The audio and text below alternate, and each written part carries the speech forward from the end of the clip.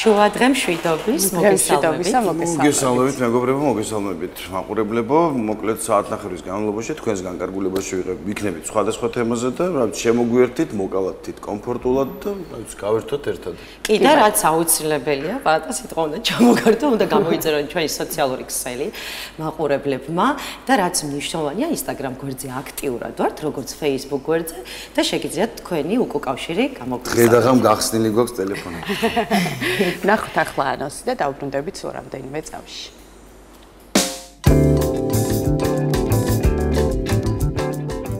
დღეს გადაცემაში ნახავთ სპორტული ჟურნალისტების მსოფლიო დღე. გადაცემის სტუმრებია ბესი ჩიბურდანიძე და გიგა ჩიჩავაძე. საქართველოს სახელმწიფო ბალეტი ბათუმში. მესენჯერ ჩართვით გვერდდება ნინო ანანიაშვილი. ოზურგეთის სახელმწიფო დრამატული თეატრი ნოდარ დუმბაძის მეხუთე საერთაშორისო თეატრალურ ფესტივალს უმასპინძლებს. გადაცემის სტუმარია ვასო ჩიგოგიძე. დღეს სახლების მსოფლიო დღეა. გადაცემაში სტუმრად გვეყოლება დიდი შესვენების ოთხფეხა მეგობრები.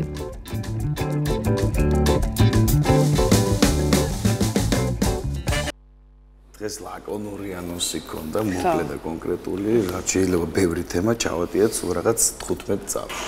სამაგეროთ შინაარსობრივი იქნება ჩვენი გადაცემა დღეს და ძალიან საინტერესო სტუმრები გვეყოლება. კი ბატონო, შინაარსს რაც შეეხება, დღეს არის სპორტული ჟურნალისტიკის მსოფლიო დღე და ალბათ ადამიანებისთვის, ვისაც სპორტი უყვართ და მათი ცხოვრების ნაწილია, არ გულისხმობ რა თქმა უნდა, მხოლოდ სპორტზე შეყვარებულ ადამიანებს, ეს ფაქტობრივად დედამიწის უმეტესობაა. იციან რომ ყველა ინფორმაცია, ყველა სიახლე პირდაპირ სპორტულ ჟურნალისტებზეა დამოკიდებული თავიდან ბოლომდე. ეგ კი არა, ძალიან ბევრი სპორტის განვითარებაშიც კი ღებულობდნენ მონაწილეობას და რა თქმა უნდა, ჩვენი ქვეყანა არ იყო გამონაკლისი. აქედან ჩვენ ყავდა მთელი პლეიადა და ყავს კიდეც სპორტული ჟურნალისტების, რომლებმაც არა მარტო ადგილობრივად, არამედ საკმაოდ საზღვრებს გარეთაც გაითქვეს სახელი თავის დროზე. ისტორია შექმნეს. ხო, და ეს არა მარტო მომაკაცები იყვნენ, ქალბატონებიც იყვნენ. ამ შემთხვევაში თუ ჩამოკონკრეტდებით აჭარის ტელევიზიაზე, ახლა ყველამ იცის არა მარტო აჭარაში გოგი მურვანიძე, ვინც ლამის დამაარსებელი იყო ამ არხის და რა ვიცი, ყოველი მისი სიტყვა, ყოველი მისი ხუმრობა, ყოველი მისი რაღაცა ქმედება ყველასთვის სამაგალითო იყო და მისი ხმა კაცშულს არ დაავიწყდება. ახლა გეთ რადიოსი გაიგონე, გით ტელევიზორში შეხედე, ამის სპეციფიური ზომად იყო შეყვარებული სპორტს. და სამწუხაროა რომ დაგვაკლდა ეს ადამიანი. და რაც თავარია, ეს ტრადიცია გრძელდება, ეს არ არის უბრალოდ ასე ერთჯერადი აქტი და ჩვენ გყავს დღეს ადამიანები, რომლებიც ისევე წარმატებით უძღვებიან ამ მნიშვნელოვან სფეროს და მათი ხმა თქვენ არა მარტო ტელევიზორიდან და რადიოდან იცით, არამედ სტადიონზეც არაერთხელ დაგიგიათ ხოლმე. და მინდა მოვიწვიოთ ჩვენი კოლეგები და მეგობრები სტუმრად გიგა ჯიჯავაძე და ბესი ჩიბურდანიძე, რომლებიც რა თქმა უნდა სპორტული ჟურნალისტიკის გარდა კიდე სხვა ბევრი გადაცემებით იცით. შუადღე მშვიდობის მოგესალმებით. მედლები არ წავიღეთ. როგორ კოლეგებო? კარგად, საძემო გაწყობას. სხვათა შორის გულწრფელად მინდა გითხრათ, როდესაც სტადიონზე ვესწრები ფეხბურთის თამაშს, ან უბრალოდ ისე გვაქვს შესაძლებლობა რომ უყუროთ ხოლმე და თქვენი ხმა რომ ესმით, აი რაღაცნაირად 1-2-რად ისე უფარო მიმაღლდება ხოლმე განწყობა და ძალიან დიდი მნიშვნელობა აქვს აი ხმას, რომელსაც ვისმენთ ხოლმე. იცით რომ გულწრფელად გამოსცემენ ინფორმაციას. კი ბატონო, ის ნუ სტადიონზე შექმნილი ემოცია და განწყობა სხვა არის, მაგრამ აი კიდე რო გესმის ეს ხმა უფრო მეტად რაღაცნაირად მოქმედებს ჩვენს განწყობას. ჩიბურ საკომენტატორო ჩიხურიდან და მე სტადიონში. არსებობს ისეთი კომენტატორი, რომელიც ეს საკმაოდ ისე შვიდად და აკადემიურად მიყავს პროცესი და არის საერთოდ არ რეაგირებს არაფერს. კი, უამრავი. ანუ ეს ძალიან ინდივიდუალური ამბავია ყველას როგორც. ანუ მხოლოდ ჩვენ ვართ შეყვარებული იმაზე ხო, როდესაც ვიღაცას ეგ მოწონს ეგ რაღაცას ედმეტი ემოციურობა, ზოგს არ მოწონს ეგ რაღაცა. ზოგი შეუნია რომ შვიდად და ბალანს როგორ იჭერთ? გემოვნების ამბავია. ბალანს როგორ იჭერთ, რამდენი მაყურებელი ყავთ? თუ არ იჭერთ ბალანს და თქვენს ემოციას გამოხატავთ. არა ხო, შენი ემოცია, შენ როგორც მიუდგები, შენ როგორც გულშემატკივრობ, ანუ თან ბალანსი მაგ უნდა დაიჭირო, რომ არ დაგეტყოს, რომ კონკრეტულად ვიღაცა სპორტსმენს ან გუნდს გულშემატკივრობ. თუ რაღაც არ არის საერთაშორისო თუ საქართველოს ვიღაცის წინააღმდეგ. ანუ მიკერძოებული არ არის. მაგას უკვე მოსულა ხო. იცით რა არის, სანამ ახლა ჩვენ ძალიან სიღრმეში შევალთ და რაღაც მათ ემოციურ ფონზე გამოვახვილებთ ყურადღება, საინტერესო არის პროფესია, ხო? საინტერესოა როგორ მოხვედით ამ პროფესიამდე. ხო, მე დავიწყებ ალბათ, იმიტომ რომ ცოტა უფრო ცოვანი. ხო. უფრო დიდი ხანია, ანუ ზოგადად ჟურნალისტიკაში სპორტის სიყვარულის გამო მოვედი და თავიდანვე სპორტული ჟურნალისტიკა მქონდა ეს რაღაცა სეგმენტად არჩეული, მაგრამ როცა აჭარის ტელევიზიაში დავიწყე მუშაობა, ეს იყო 2010 წელი სადღაც, მაგ პერიოდში მხოლოდ თქვენს მიერ ნახსენები გოგი მურვანიძე აკეთებდა რადიოში სპორტს, ტელევიზიას მაგ პერიოდში სპორტის გადაცემა საერთოდ არ ქონდა. ეხლა კი არის 2 თუ 3 თუ 4 სხვადასხვა რუბრიკები, სხვადასხვა გადაცემებში, მაგრამ მაშინ საერთოდ არც ერთ გადაცემას, არც რუბრიკას კი არ ქონდა სპორტული, მხოლოდ რადიოში აკეთებდა ბატონი გოგი თავის ამ ცნობილ გადაცემას. ამიტომ მომიწია სხვადასხვა გადაცემაში იგივე დილის ტალღა იყო თუ სხვადასხვა რაღაცა ეკონომიკურ გადაცემაში ვიმუშავე, სოფლის მეურნეო რაღაცეები. დიდი გამოცდილება სხვა ამბებზე, რაც მინდოდა იმის გარდა ბევრი რამე ვაკეთე. და ბოლოს როცა უკვე საზოგადოებრივ მოწყობილად გარდაქმნის პერიოდი წავიდა, მაშინ პრიორიტეტებში იდო უკვე რომ სპორტული გადაცემას უნდა გაკეთებულიყო და იყო რეზო ჯინჭარაძე, ესეთი ყოფილი თანამშრომელი აჭარის ტელევიზიის, რომელიც ასევე სპორტს აშუქებდა 90-იან წლებში ბატონ გოგისთან ერთად, რომელიც მაგ პერიოდში დაბრუნდა და დავიწყეთ სპორტული შოუს კეთება. მაშინ ჩვეულებრივი გადაცემა იყო, ეს სტუმრებით მოდიოდნენ, რაღაც საჭიროებო თემებზე საუბრობდით და იგი იყო საწყისი სტარტი, მაშინ დავიწყე იმ საქმის კეთება, რაც მინდოდა ყველაზე მეტად და რაც ამდენი ხანდი, ანუ ყველაზე მნიშვნელოვანია ჟურნალისტიკაში შენთვის. ჩემთვის კი, ჩემთვის სპორტული ჟურნალისტიკა თავიდანვე იყო. კიდე შენც ბევრი გზა გამოიარდა პრინციპში ახლაც რამდენიმე გადაცემას. მე ეს უყურებდი. ესო იყო ჩემი ინსპირაციის წყარო, რომ ყოფილიყავი სპორტული ჟურნალისტი. ნუ ეს ნახევრად ხუმრობით მან მართლა ეს არის ერთ-ერთი ჩვენი არქის ესე თვალსაჩინო წარმომადგენელი, რომელსაც ძალიან დიდი წვლილი აქვს ჩვენ არხზე სპორტის განვითარებაში, განსაკუთრებული წვლილი აქვს ბატონ გოგის, მოვიხსენიებ მას და მადლობას ვეთქვი იმ გავლილი პერიოდისთვის, რომელიც აჭარის ტელევიზიისთვის მან გააკეთა და მე ვფიქრობ, რომ ხო, წლები რო გავა, არავის არ დაუწდება მისი სახელი 10 წლეულების მანძილზე და კიდევ ერთხელ ხო, არც ხმა, რა თქმა უნდა და მისი შექმნილი ხო არც იუმორი, ყველაფერი ქონდა ამ ადამიანს იმისთვის, რომ ყოფილიყო მაგარი სპორტული პირველი ის არის დღე სპორტული ჟურნალისტიკის, როცა ბატონ გოგი არ გულოცავს და იქ ძალიან ცოტა ისეთი სევდიანი ამბავი. მაგრამ თქვენი სიტყვები დამოკიდებულება და ის განვლილი წლები, რაც ბატონმა გოგიმ დაგვიტოვა, ეს მნიშვნელოვანია და ისტორიას დარჩება. სწორება გვაქვს გოგიზე. კი. ყველაფერი არის გადამდები. ანუ შვილთან ერთად დადიხარ, ვიდეოებსაც ვხედავთ და ახლა შეიძლება ტელევიზია ამას დიდად არ აჩვენებს ხოლმე, იმიტომ ამისთვის არც ძალიან და ფეხბურთს აჩვენებს, მაგრამ ჩვენ Facebook-ზე ვხედავთ ხოლმე, რომ შვილთან ერთად დადიხარ და აქტიურად ერთად გულშემატკივრებს. ფაქტობრივად სპორტულ ჟურნალისტებს. შენი ჯერ პატარა. რა მეინტერესებს? ყველაფერი ხო იცვლება, ხო ბუნებრივია, ნებისმიერი სფერო და სპორტის მათ შორის იცვლება, საჯობების მხარეს იცვლება, ჟურნალისტიკის მხარეს იცვლება და რა გამოწვევებია, მაგალითად ახლა რა, მაგალითად რთული სპორტული ჟურნალისტვის ან რა გაადვილდა რა ტექნიკურ საშუალებას. მე ვფიქრობ, რომ გაადვილდა, იმიტომ რომ ინფორმაციის მოძიება ძალიან გამარტივდა.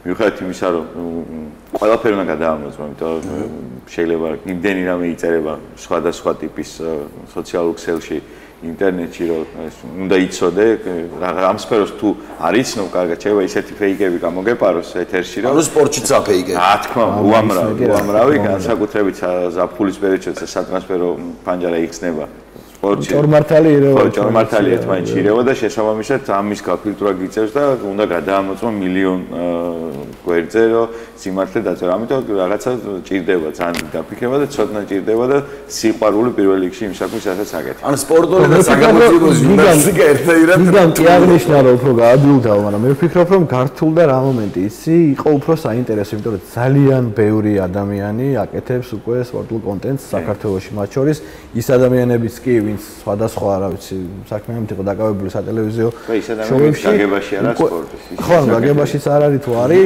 ყველა უკვე არის რაღაცა ეს რილსებად დაჭრილი უამრავი რამე ადამიანის რაღაცა ხო ეს სოციალურ მაქსიმუმი არა უკვე იმიტომ რომ სპორტის მიმართ ქართველ გულშემატკივრის და ჩვეულებრივი მომხმარებლების ინტერესი საკმაოდ გაიზარდა. აი ბოლო პერიოდის წარმატებებიდან გამომდინარე, ხო?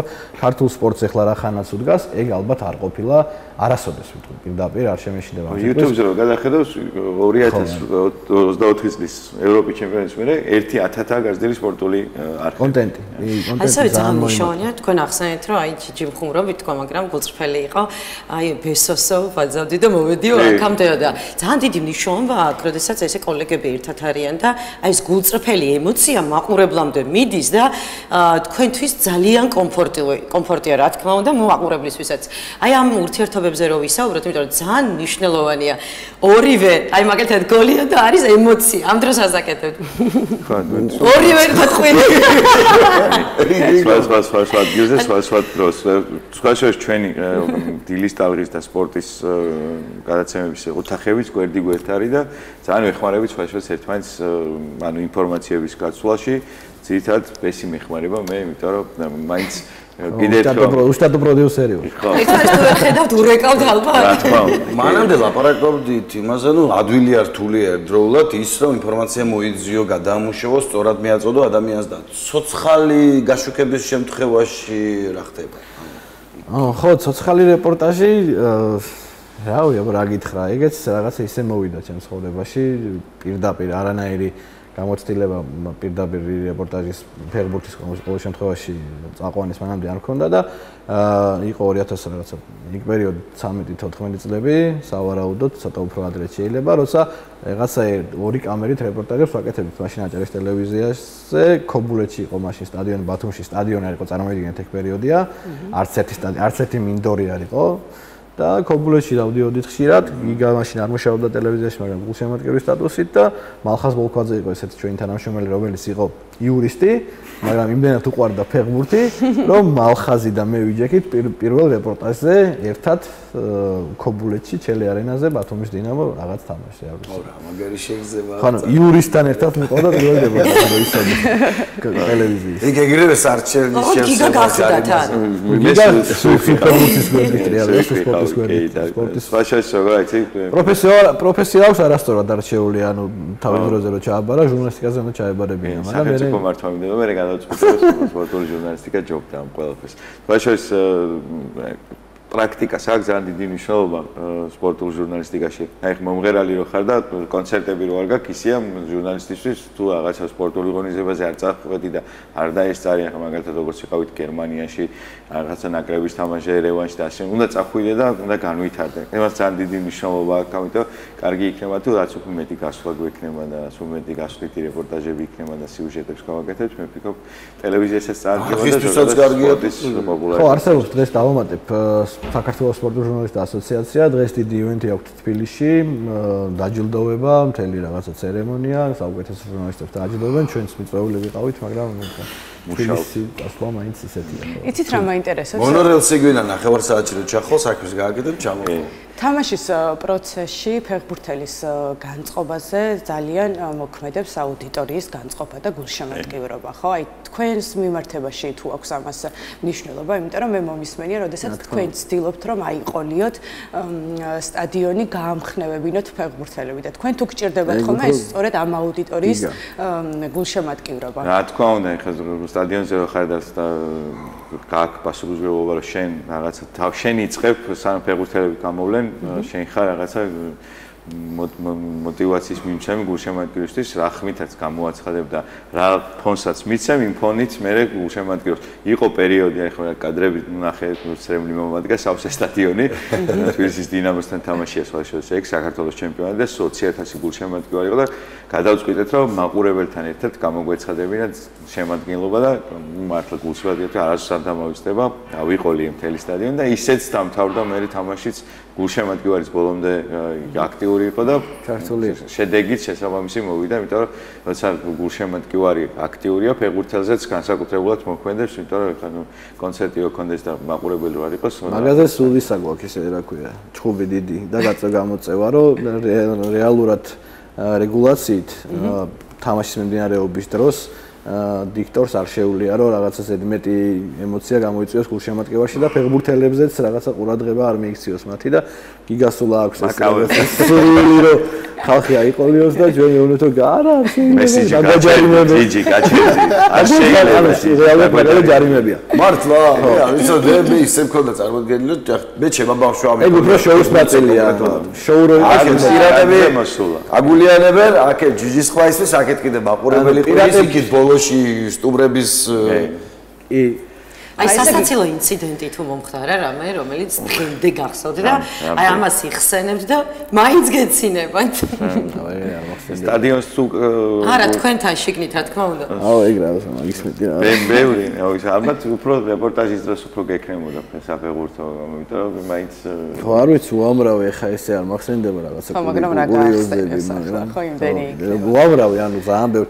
ძირითადად ჩემი რაღაცა ესენი ხათაბალა არის ამინდის ცვლილება თუ არ გვაქვს თამაში სტადიონზე და თუ არის თქვა რაღაცა ისეთ სტადიონებზე სადაც არ არის გადახურული საკომენტატორო ჯიხური, იქ რა ვიცი რაღაცა ცელოფნის პარკებით შეფუთული მონიტორები და ფეხზე დამდგარი და ორი კაცი კოლგით და ასე შემდეგ. მე მახსენდება არის ძირითადად ისა. ერთი რეპორტაჟი ქონდა რამოდენიმე თვის წინ ფოთის სტადიონიდან და ძალიან მაგარი ქარი იყო და ხო და ძალიან მაგარი ქარი იყო და მე ცოტა მოშორებით ვიყავი და აი შევედი და ვნახე მე რა ხდება თუ ისმის ამის ხმაური და როგორი ხმა იყო ეს აი რაღაცა რომ ინგრეო მე თქვი მივწერებ შვიდობა ხო ინგრეოდა და საკომენტატორო ჯიხური ისეთი ქარი იყო და რაღაცა თუნუქის სიმებით შეფუთული ჯიხური იყო. ეს ძირითადად მაინც ფეხბურთზე ვლაპარაკობთ ახლა და სხვა სახეობებიც ხო შუქდება ბუნებრივია აქტიურად. სულ მაგას მეჩხუბებიან რომ შემეტო ფეხბურთი გაიგე. მაგრამ მე ახლა რო დაფიქრდე ვერ წარმომიდგენი ახლა დავუშვათ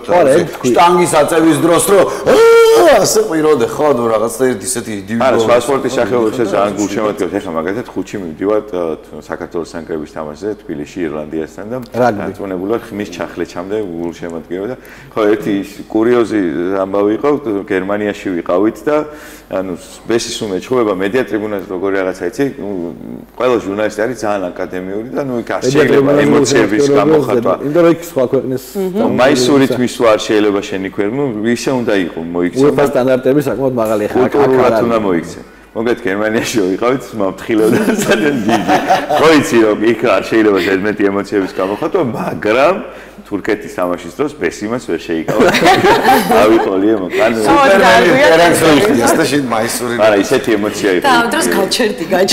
მე მეუნებოდა რომ შენ გაჩერდიო, მაგრამ მე იქეთ დასაწყმარებელი გაჩერდა. ხო, არა, თურქეთის თამაში იმდენ რთული იყო, იმიტომ რომ იქ ანუ ეგ არის ბალანსის დაცვა, გაგრა შენაც სახსენე, რომ აი თქვა არ იყოს ზედმეტად ვინმე გამოხატულად ფარდაჭერილი და მაგრამ თურქეთის თამაშზე დორტმუნდში იყო წარმოუდგენლად ბევრი თურქი გულშემატკივარი და ჩვენ ვიყავით უმცირესობაში თავადაც ძალიან ემოციურები არიან. ხო, ანუ იქ ხდებოდა საოცარი და ზემოდან ბოთლებს გვესროდნენ და რაღაცა იქ არანაირი სტანდარტი უკვე აღარ მუშაობდა არც უეფას და არაფრის საერთოდ, ამიტომ თავზე ბრძოლა იყო. ხო, მედია ტრიბუნაზეც ბრძოლა იყო ჩვეულებრივად შესმევი და ზემოდან თურქი გულშემატკივარი წყლის ბოთლებს გვესროდნენ. გარიშით დამთავრდა. წავაგეთი შეხვედრა, მაგრამ იმდენად დიდი ემოცია გამომყვა მაგ თამაშიდან გავიზარდეთ კონკრეტ სპორტული ჟურნალი. ეგეთ გასვლებზე და ეგეთ რაღაცებზე იზრდება სპორტული ჟურნალისტი, იმიტომ რომ სულ სხვა გარემოა. საქართველოში კი ბევრი რაღაცები გაგვიშუქება, მაგრამ მაინც იქ რო ხარ, სხვანაირად უყურებ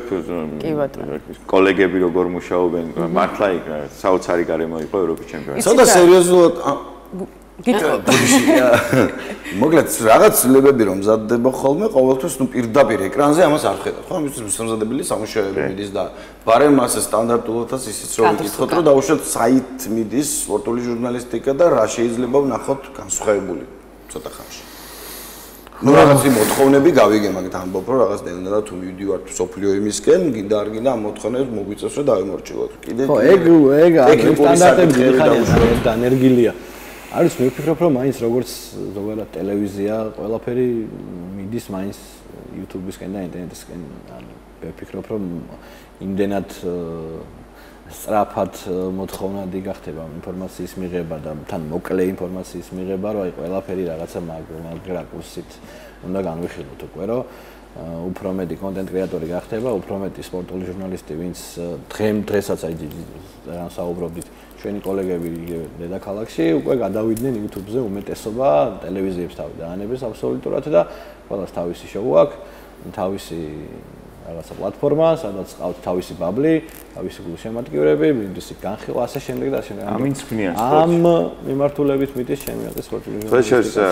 იგივე ეხა ბოდიში შეგაწყვეტინე რა ვიცი, აი შოუ სპიდი არის ეგეთი ადამიანი, არ ვიცი თუ იცით თუ ახავთ შემდეგ შეგიძლიათ იხილოთ ჩვეულებრივი ტიპი ანუ სპორტული ჟურნალისტიც არ არის, იყო ჩვეულებრივი რაღაცა სტრიმერი და არასწორად ამბობდა ფეხბურთელების გვარებს. და ამით გაითქვა სახელი. დღეს შეგიძლიათ ნახოთ აი შოუ სპიდით, ჩვეულებრივი ჩავკანიანი ახალგაზრდა. სპეციალური უკვეთავი. UEFA-ს პრეზიდენტის ადგილზე FIFA-ს UEFA-ს პრეზიდენტის გვერდით და FIFA-ს პრეზიდენტის გვერდით ზის ეხა ლოჟაში და რონალდოს გვერდით. ანტირეკლამა ხშირად საუკეთესო რეკლამაა. ხო, აქეთკენ მიდის რა მარტივად დასაღეჭი ინფორმაცია. მაგას ახალ წელსაც ჩვენთან მოალოცინეს რაღაც გადაუგზავნა. ეგ სხვა, ეგ კიდე სხვა. ეგ კიდე სხვა. კონკურენტია. ხო, ის მეორეა კი. ის გუნდების გაიზარდა სპორტული ჟურნალისტების როლი ზოგადად სპორტში, მაგათ ფაბრიციო რომანო არის ესეთი სპორტული ჟურნალისტი, რომელიც ფაბრიციო რომანო უფრო ინსაიდერია სპორტში. მაგრამ სპორტული ჟურნალისტია ზოგადად, როგორც ანუ ფეხბურთე ყველა სპორტული სიახლე პირველი მიდის მასთან. სპორტული ჟურნალისტიკა კიდევ უფრო ძალიან დიდი მცნებაა, ჩვენ ახლა რაღაცა ფეხბურთამდე დავიყვანით მაქსიმალურად ეს ამბავი. ჩვენ საღნიშნავდა იგივე ფაბრიციო რომანო არის ინსაიდერი, რომელიც წერს ტრანსფერების შესახებ და ვიდრე სანამ ვინმე დაწერს რომელიმე დიდი გაზეთი ან რაღაცა მედია, მანამდე აქვს ამას ინფორმაცია. ვიღაცა ჩხილიეთკინა თითქოს წერს, ესე იგი ესია. აქეთკენ მიდის რა ინსაიდერული ინფორმაციის გამოტანა, მაქსიმალურად შენ იყო რაღაცა მარტივად დასაღეჭი მასებისთვის და მარტივად მიიტანო ინფორმაცია, რომ 3 წამიანი რილსი თუ 10 წამიანი რილსში ყველაფერი ნახოს იმ ადამიანს. ეს ლაკონურად ჯარდი. ახლა რო გითხოთ ყველაზე დასამახსოვრებელი თამაში თქვენთვის რომელი იყო, ბუნებრივია შეიძლება თქვათ, რომ აი ევროპის ჩემპიონატზე მიმდინარე თამაში. ხო, პორტუგალიას. ხო, ყოფილა მანამდეც წარსულში რაღაცა გარკვეული თამაშები, თუნდაც არ დასრულებულა ისეთი შედეგით ჩვენ რო გვინდოდა, მაგრამ რაღაცა გარკვეული მოახდინა თქვენზე, ხო. უამრავი თამაში, ალბათ ეგეთი ყველაზე ახლო წარსულში, სადაც მუშაობა მოგვიწია არის ბათუმის დინამო ბრატისლავა.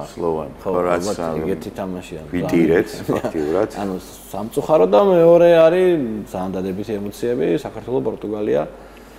მატჩი გაზაკიხელში ამ დროს დაახლოებით ძალიან ბინერი. პირველ კეორლინგის ჩემპიონატის წაყვანა.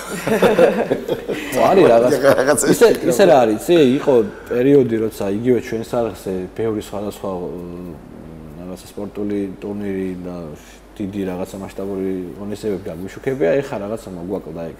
6 ერის გათამაშება ქონდა. 6 ერის გათამაშება ქონდა, წყალბურთი ქონდა, მანამდე რაღაცა მოტოშოუები, რაღაცა უამრავი სპორტული რეპორტაჟი, რომელიც ჩემთვის ეგზოტიკა იყო, მე დავდექი, წავიკითხე, გავეცანი და საკმაოდ პროცესით საინტერესო იყო ის, რომ შენ ეცნობი ახალ სპორტის სახეობა შენთვის და ისეთ დეტალებს, რომელიც ესე არის, იცი ზედაპირულად, რომ მაგალითად კერლინგი რაღაცა იმის გაგორება, მაგრამ თურმე საინტერესოა შიგნით 1000 რაღაცა დეტალი არის ძალიან იქნება რომ გაშუქდეს რაგბიც, რეგიონის კალათბურთიც, ფეხბურთის მოსახლეობა ამას ითხოვს აქტიურად. ჩვენგან ძალიან ხშირად ხვდებიან ქუჩაში და რატო არ გადის თქვენთან ფეხბურთი, რატო არ გადის რაგბი, კალათბურთი და იმედია ანუ ეს არ არის მარტო აჭარის ტელევიზიაზე დამოკიდებული, ეს არ არის გადაწყვეტა, რომ აჭარის ტელევიზიის მენეჯმენტს არ უნდა რაღაცა ფეხბურთის ჩვენება, ესე ნამდვილად არ არის საკითხი, უბრალოდ არის გარკვეულ სპორტის სახეობებთან მიმართებაში ფინანსებთან დამოკიდებული, გარკვეულ სპორტის სახეობები იგივე რაგბი ახსენა, რაგბი TV არსებობს ეგეთი და იქ არის პირდაპირ მიდის ყველაფერი.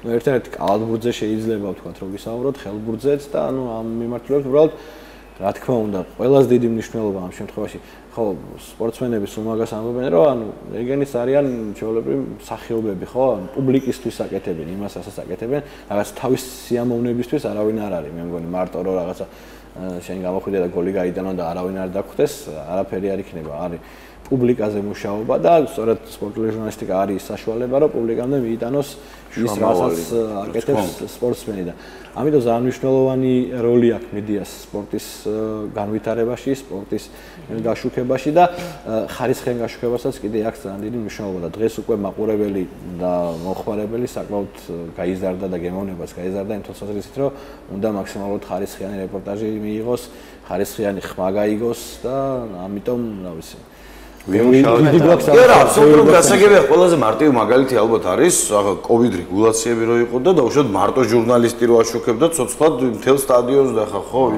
შენზეა პირდაპირ დამოკიდებული იმ 24 კაცის ემოცია ხო იგი ბატონის მოდით საუბრის ბოლოს შევაჯამოთ და შევაფასოთ როგორი არის თქვენი შეფასება დღეს საქართველოში როგორ მიმდინარეობს საფეხბურთო ცხოვრება როგორც ახალგაზრდული ასევე მოქმედი სპორტული ცხოვრება კი ბატონო ხო, ანუ წეღან როგორც აღნიშნე, მე ვფიქრობ, რომ ესეთი ბუმი სპორტის რაც ეხა არის რაღაც არავის ქება არ მინდა გამომივიდეს და ხო ტბის შესხმა, მაგრამ გინდ ინფრასტრუქტურული განვითარების თვალსაზრისით, გინდ რაღაცა ახალგაზრდების ჩართულობით არ ყოფილა.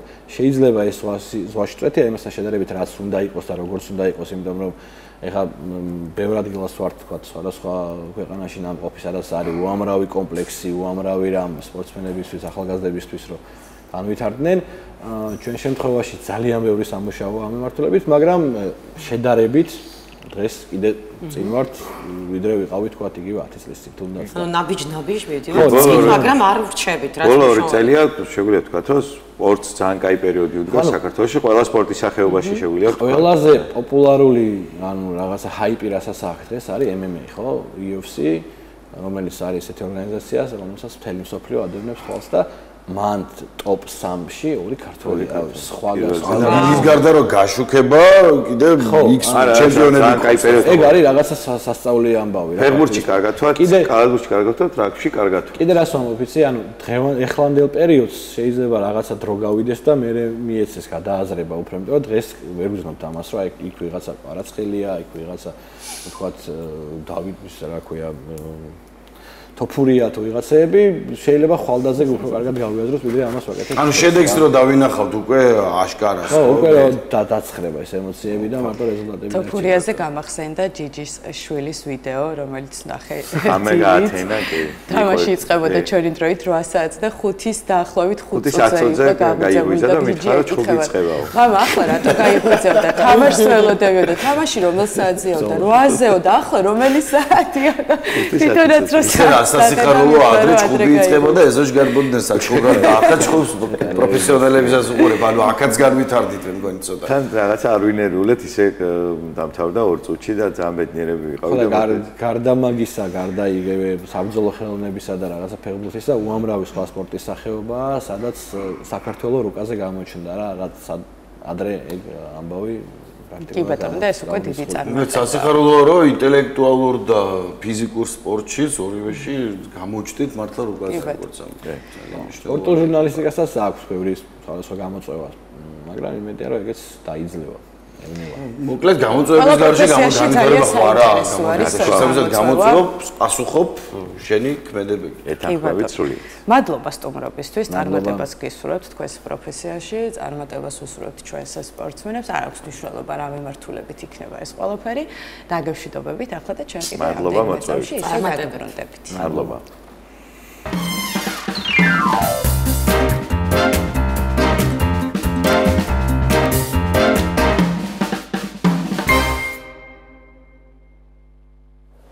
ახლა კი გადაცემას კიდევ მორიგი სასიხარულო ამბით ვაგრძელებთ, ესე იგი თბილისის ოპერისა და ბალეტის სახელმწიფო თეატრის საბალეტო დასი რეგიონულ ტურს იწყებს და დასის პირველი გაჩერება იქნება ბათუმში. 14 და 15 ივლისს ბათუმის სახელმწიფო მუსიკალურ ცენტრში გაიმართება კლასიკური ბალეტის საღამო და მე მინდა რომ მაყურებელს ვუთხრა რომ არ გამოტოვონ თქვენივე ქალაქში ეს აღნიშნული საღამო, რომელიც იქნება დაუვიწყარი ისეთი სამზადისი მიმდინარეობს. ახლა კი პირდაპირ ჩართვით მესენჯერით უნდა შემოგვიერთდეს საქართველოს სახელმწიფო ბალეტის სამხატვრო ხელმძღვანელი ნინო ანანიაშვილი. დღემშვიდობისა მოგესალმებით. მოგესალმებით. გამარჯობა. მადლობა რომ ხართ ჩვენთან ერთად მიუხედავად გადატვირთული გრაფიკისა. მოკლედ მე უკვე აღნიშნე რომ თქვენი რეგიონული ტურის პირველი გაჩერება ბათუმში არის და მადლობა ამისთვის. საინტერესოა რა პროგრამით წარდგებით მაყურებლის წინაშე და როგორ მიმდინარეობს სამზადისი თუ უკვე დაწყებულია. ჩვენ ახლა ვართ მართლა ძალიან დატვირთულები, ვიმიტომ რომ გვაქვს თბილისის საერთაშორისო ფესტივალი, რომელიც ძალიან წარმატებულად მიდის და მიხარია, რომ აი ესეთ რთულ ჩვენ გრაფიკში მაინც მოხერხდა ეს სპონტანურად, ფათაშორის მინდა ვთქვა, მოხერხდა, რომ ჩვენ გავდივართ თბილისის გარეთ და პირველი ჩვენი წარმოდგენა იქნება ბათუმში. ჩვენ ვაქმნებთ არაჩვეულებრივ, ეს ეტაპობრივ და არ ვიცი, შედევს ვახტანგ ჭაბუკიანის სპეციალურად მე ამ ტურისთვის, ბათუმისთვის გავაკეთეთ ესეთი ერთმოქმედებიანი კოლაჟი. სადაც მინდა რომ მაყურებელს გავაცნო, არა მარტო ვახტანგ ქორეოგრაფია, არამედ ჩვენი ახალგაზრდა არაჩვეულებრივი ბალეტის ვარსკვლავები, ბალეტის მოცეკვავები, რომლებიც თქვენს წინაშე წარსდგებიან. იქნება ეს საინტერესო სანახაობა ძალიან. სხვათა შორის მინდა ვთქვა, რომ დიდი ხანია 2011 წლიდან ჩვენ ვერ მოვიხერხდა უბრალოდ აი ესე გასვლა და თბილისის გარეთ სადღაც ცეკვა.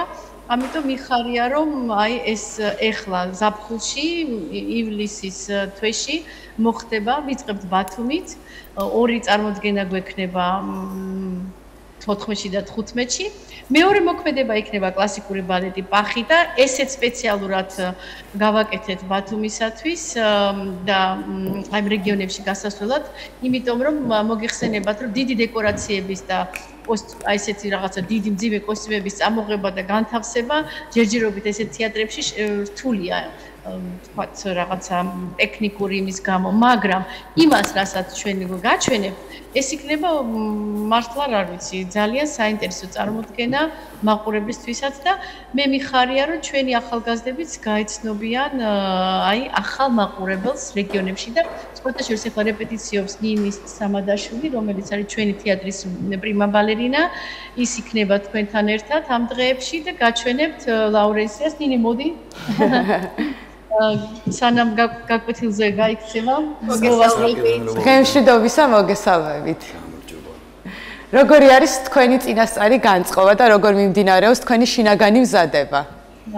ძალიან მოხარულები ვართ, რომ ჩვენი საქართველოს მასშტაბითაც ტარდება ასეთი გასტროლი, იმიტომ რომ ჩვენ ძალიან ხშირად დავდივართ საზღვარგარეთ, მაგრამ ახლა ჩვენ საყვარელ ქართულ მაყურებელს გავაცნობთ ჩვენ შემოქმედებას, რაც ჩვენთვის ძალიან ძვირფასია, იმიტომ რომ ვფიქრობ თბილისის გარეთაც კარგია, როდესაც გავალთ და პირდაპირ ახლოს მივუტანთ მათ ჩვენ კულტურას და ისინიც გაგვიცნობენ თუ რას მოღვაწეობთ ამდენი წლის განმავლობაში. ჩვენ სპორტსმენებისგან განსხვავებით, რასაკვირველია მსახიობები ვართ, მაგრამ ჩვენ იცით რა გვაქვს განსხვავება, რომ ჩვენ არ თამაშობთ და არ ვაჩვენებთ იმ სურთილებს, იმ ტკივილს, რაც ჩვენ ვტოვებთ კულისების მიღმა. ჩვენ ყოველთვის ამას ვმალავთ, ყოველთვის გაღიმებულები, გაცინებულები და გვინდა რომ სიამოვნება მივაწოდოთ მაყურებელს და არ ვაჩვენებთ ჩვენ ტკივილს. ბატონო, თქვენ იცით ვახტანგ ჭაბუკიანის სახელობის სახელმწიფო საბალეტო სკოლა გვაქვს ჩვენს ბათუმში და საკმაოდ წარმატებულია, ვიცი რომ ხშირად გაქვთ შეხება და მინდა 1-2 სიტყვით შეაფასოთ, იმიტომ რომ ბათუმში წლებია უკვე ვითარდება აი ამ კუთხით კულტურა. მე პირადად პირველი გამოშვების გახლავთ, როდესაც რუსუდან და ვასო აბაშიძეები გვასწავლიდნენ და ძალიან დიდი შრომა იყო ჩადებული ქალბატონი რუსუდანის წვლილი ამ ქალაქში იყო უმნიშვნელოვანესი, იმიტომ რომ ჩვენ გვაკლდა ბალეტი და თქვენი დამოკიდებულება და შეფასება, რომ კიდევ უფრო მეტად განვითარდეს ჩვენს ქვეყანაში, ჩვენს ქალაქში, რომ დასი შედგეს. ერთადერთი რაც არის გულდასაწყვეტი, უნიჭერესი ბალერინები ყავს და სამწუხაროდ მათ არ აქვთ აქ საშუალება, რომ დასი იყოს და აი ეს კარგი საბალეტო სპექტაკლები გაუზიარონ მაყურებლებს. სხვათა შორის გეთანხმებით, მეც გაკვეთილიც ამაქვს მიცემული თქვენს ბათუმის სტუდიაში. მეც გული მწყდება, ვფიქრობ, რომ შესაძლებელია ამის გაკეთება, რომ იყოს დასი, ჩვენ უფრო მეტი კონტაქტი გვექნებოდა, ჩვენ პირიქით უფრო მეტ დავეხმარებოდით, თქვათ იგივე როგორც ხდებოდა ადრე, იმიტომ რომ ხა გამოსაშვებიდან მაგალითად თეატრში ყველა საყვანა შეუძლებელია, არიან გოგოები, რომლებიც სიამოვნებით წამოვიდოდნენ, იცეკვებდნენ, გააგრძელებდნენ თავის ხელოვნებას, მაგრამ რახან თბილისის გარდა ესეთი ოპერის და ბალეტის თეატრის გარდა არ გახლავთ არსად ესეთი დასი, სადაც შეუძლია ახალგაზრდებს წავიდნენ და იცეკვონ. ამიტომ ჩემთვისაც ეს ძალიან ეს არის მნიშვნელოვანი, რომ განვითარდეს და ყველანაირად მე რაც შემიძლია ნამდვილად დავეხმარები. და ეს მინდა რომ იყოს თქვა დასაწყისი იმისა, რომ ეს ჩვენი ურთიერთობა გაღმავდეს. იგივე თუ დრო იქნება, მე მოხარული ვიქნები, რომ ნინის შეუძლია მისცეს გაკვეთილი, ეს პატარა ბავშვებისთვის იქნება ძალიან საინტერესო. აი რომ დაესწრონ თუნდაც რეპეტიციას ან კიდე აი გაკვეთილი ნახონ, როდესაც ისინი ვარჯიშებენ. და მე მინდა რომ კიდე ვთქვა, რომ მოვიწვიოთ კიდე ახალგაზრდები, უფრო მეტი ყურადღება იყოს ბალეტისადმი, იმიტომ რომ თბილისი არ არის მარტო საქართველო. კი ბატონო, ესე იგი გამოდის, რომ დიდი დაბრუნება გაქვთ ბათუმში, იმიტომ რომ აღნიშნეთ, რომ 2011 წლიდან აღარ გქონდათ შესაძლებლობა და არც ალბათ დრო იმისი, რომ გასულიყავით რეგიონებში. ბათუმის შემდეგ სად გრძელდება თქვენი მოგზაურობა? გაგრძელდება ოზურგეთსა და სენაკში. ულამაზეს თეატრში, სხვათა შორის როგორც გავიგეთ, მე არ ვყოფილა ამ თეატრში და არ ვიცი თქვენ იყავით. მაგრამ ძალიან ლამაზიაო და ერთი სული მაქვს რომ ნახო. სცენაზეც ვიცეყოთ ჩვენი სპექტაკლები. და იცით რა შეასაქმე, უბრალოდ დარწმუნებული ვარ, რომ ძალიან ბევრი ადამიანი, ვინც ბალეტზე არასოდეს არ არის ნამყოფი და გონიათ, რომ უი ბალეტს ვერ გავიგებ. ბალეტის უნიკალურობა ის არის, რომ ყველას ესმის. ენა არ არის საჭირო.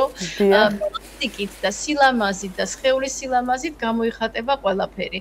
ამიტომ უბრალოდ ნუ ეშინია ვიღაცას, თუ ფიქრობს, რომ ვაიმე ბალეტზე რო წავიდე, ვერ გავიგებ. არ არსებობს განსაკუთრებით, აი ბავშვებს აქვთ ხოლმე ეს ნამდვილი ნატურალური აღქმა, რომ ხედავენ სილამაზის, სიმწუხე ემოციებით გამოხატავენ ამას.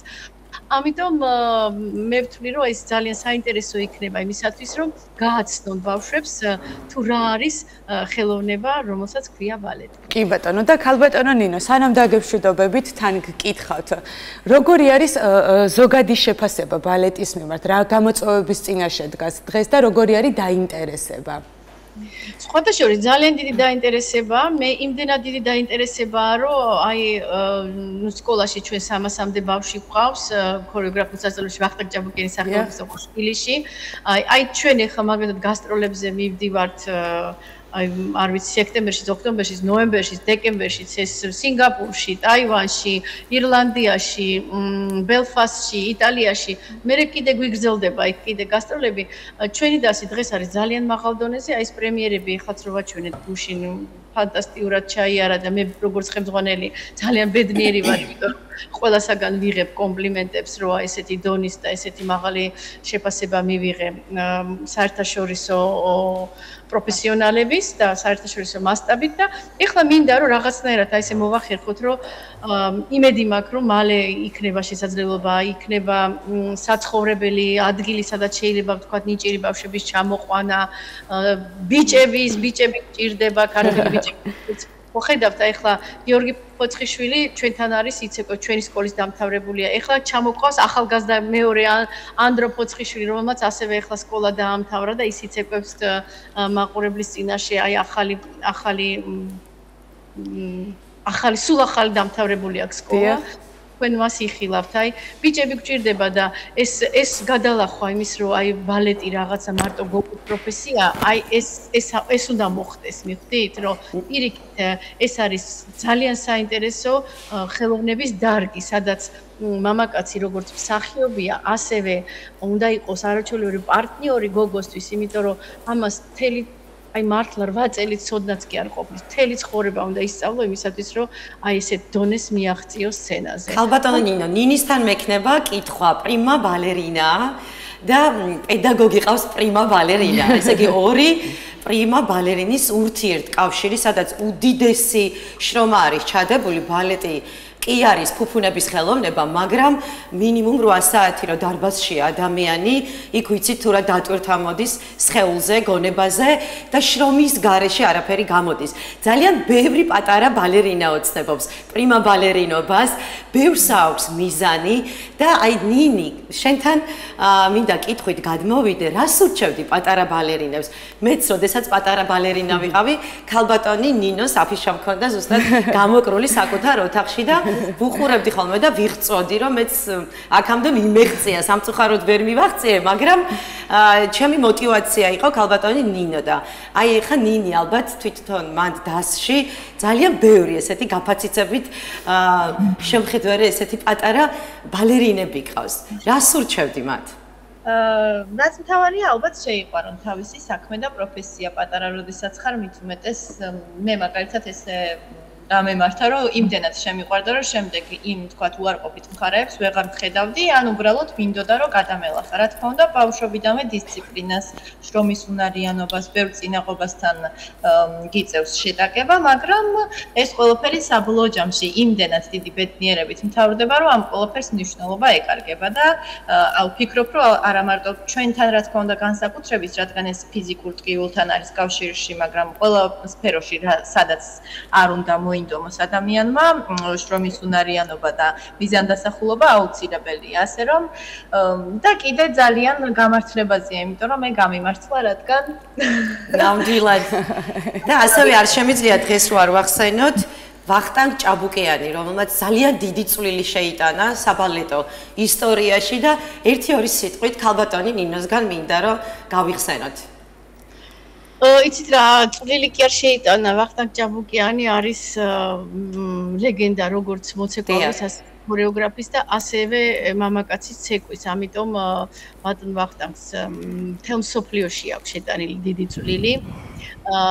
და აი მე მიხარია რომ ჩვენი გვაქვს ეს მისი სპექტაკლები როგორც ლაურენსი ასევე გორდა და ეხლა აი ბოლო სპექტაკლი აღვადგინეთ ოტელო ბატონ ვახტანგ მაჭავარიანთან რომელიც ჩემთან სამწუხაროდ ეხლა ხანს გარდაიცვალა ეს იყო ძალიან ლამაზი სპექტაკლი რომელიც აღვადგინეთ და ჩვენ ოპერის თეატრში მიდის და ნუ საერთოდ როგორ გითხრათ, აი მე მაგალითად მინდა ვთქვა, რომ მეც ალბათ ბედმა გამიღიმა, იმიტომ რომ მე რო სკოლაში მივედი, მაშინ ბატონი ვახტანგი გახდა ჩემი სამხატვრო ხელმძღვანელი და აი მასთან შეხება მქონდა, რადგან გვიძახებდა ესეც გამოვყავდით გაკვეთილებიდან და პატარ-პატარა ცეკვებს გვიდგავდა.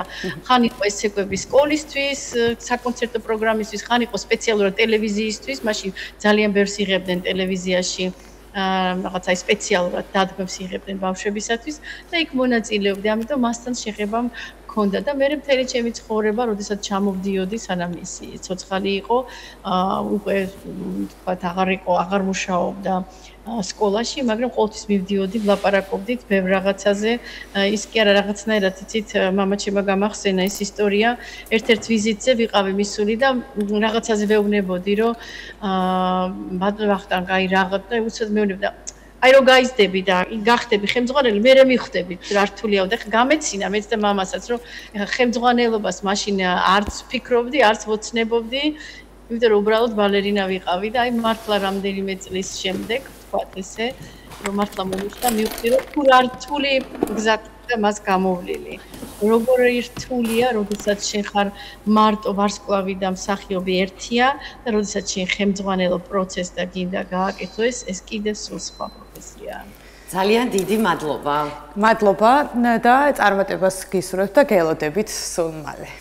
დიდი მადლობა და ჩვენც ველოდებით მაყურებელს, ასე რომ მე მგონი ძალიან კარგი და თბილი სპექტაკლები გვექნება ჩვენ აქედან მხრიდან, სცენის მხრიდან და მაყურებელს კიდე მეორე მხრიდან. აუცილებლად. აბადროებით და კიდევ ერთხელ წარმატებას გისურვებთ და მადლობა სტუმრობისთვის. ველოდებით, მადლობა. კარგად ბრძანეთ. კარგად და მოდით მაყურებელს კიდევ ერთხელ შევახსენოთ, რომ 14 და 15 ივლისს ბათუმის მუსიკალურ ცენტრში გაიმართება თბილისის ოპერისა და ბალეტის სახელმწიფო თეატრის საბალეტო დასის ტური არ უნდა გამოტოვოთ ეს დღე. ნამდვილად და ძალიან სასიხარულოა ჩვენს ქვეყანაში ყოველთვის იყო არის და ძალიან აქტიურად არის ამ ბოლო დროს აი კულტურის კუთხით აი ესეთი უამრავი ფესტივალები, კონკურსები, კონცერტები და ჩვენ არ შეგვიძლია ახლა კიდევ ერთი ახალი სასიამოვნო ინფორმაცია გაგიზიაროთ.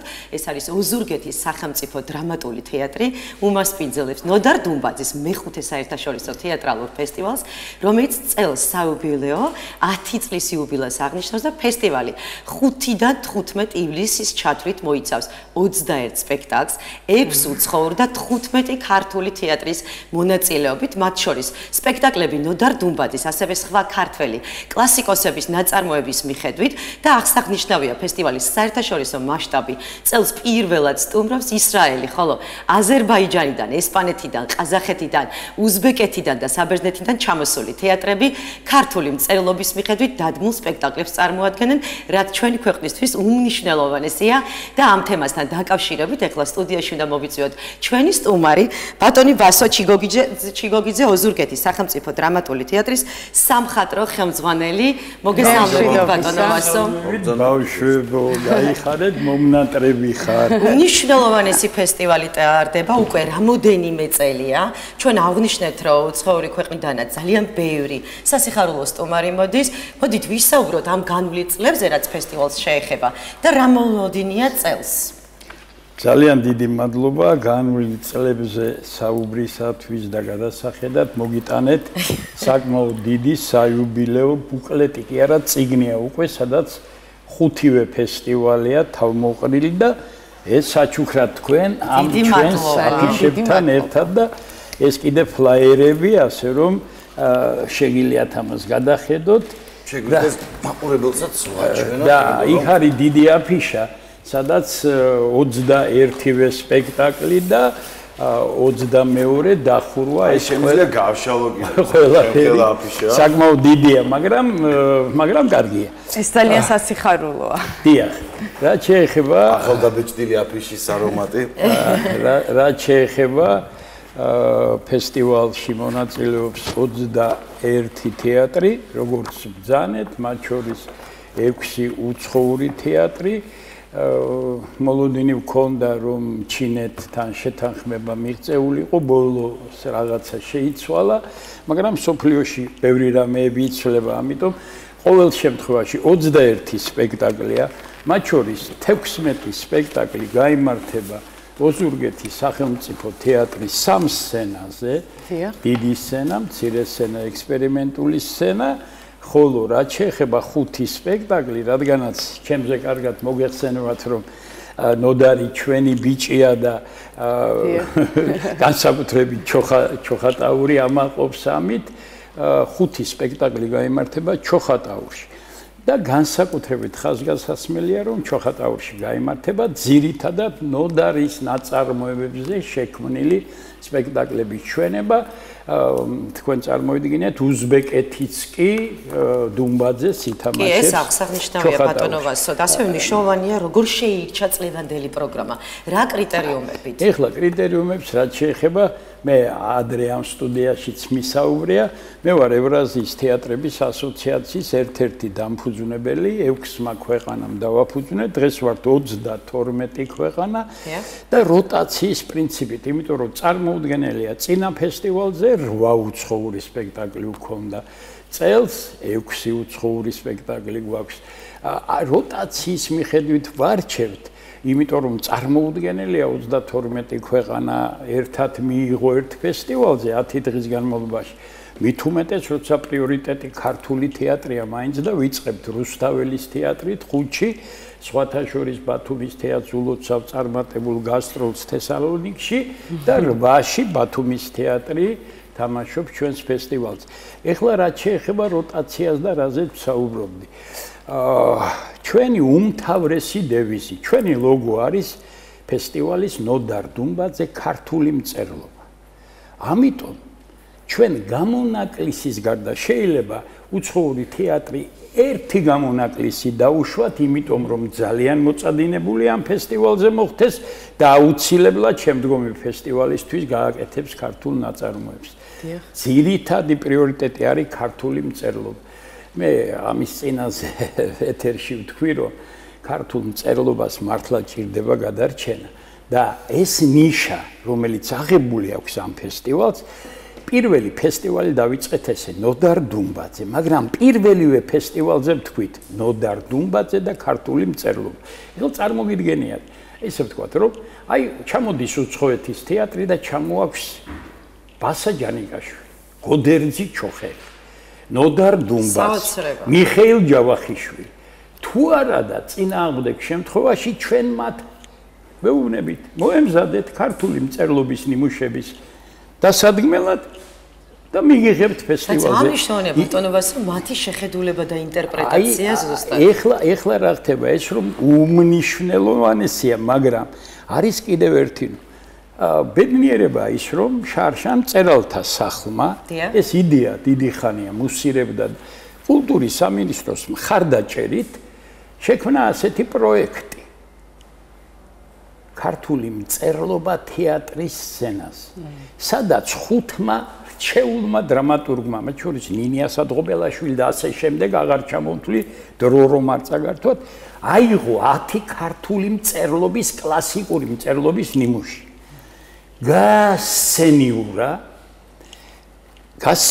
ესე გახადა თეატრალურ ენაზე, შექმნა პიესად და ითარგმნა სინოფსისები ინგლისურ ენაზე და ჩვენ ახლა როცა ვატარებთ ევრაზიის თეატრების კონგრესს ფესტივალის ფარგლებში, ჩვენ იქვე ვაკეთებთ ამის რეკლამას და უწევთ პოპულარიზაციას ქართულ მწერლობას.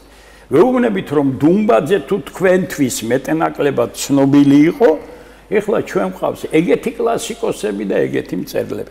ასე რომ უკვდავია დუმბაძის ფესტივალი, იმიტომა უკვდავი რომ ესაკეთებს უზარმაზარ საქმეს, გარდა თეატრალური კუთხისა, ქართული მწერლობის პოპულარიზაციის თვალსაზრისით და დარწმუნებული ვარ შემდგომ ფესტივალზე, სხვათა შორის აჭარის ტელევიზიისთვის ეს არ გაჟღერებულა, არსად ვაჟღერებ, რომ შემდგომი ფესტივალი წელს არის მე-10 საიუბილეო, ანუ მე-5, 10 წელი საიუბილეო 10 და ფესტივალი მე-5.